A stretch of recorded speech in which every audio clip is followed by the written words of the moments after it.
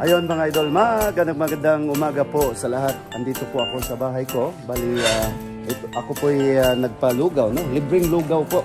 Katatapos po namin nagsimba. Ngayon, ako po naisipan ko pong magpapakain po ng libreng lugaw. Ngayon, bali yung tapos na po sila mga bata kanina, kumakain na.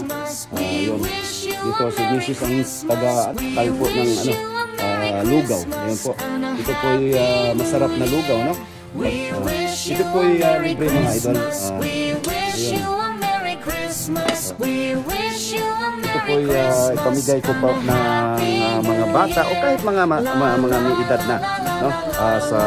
Dito po sa amin.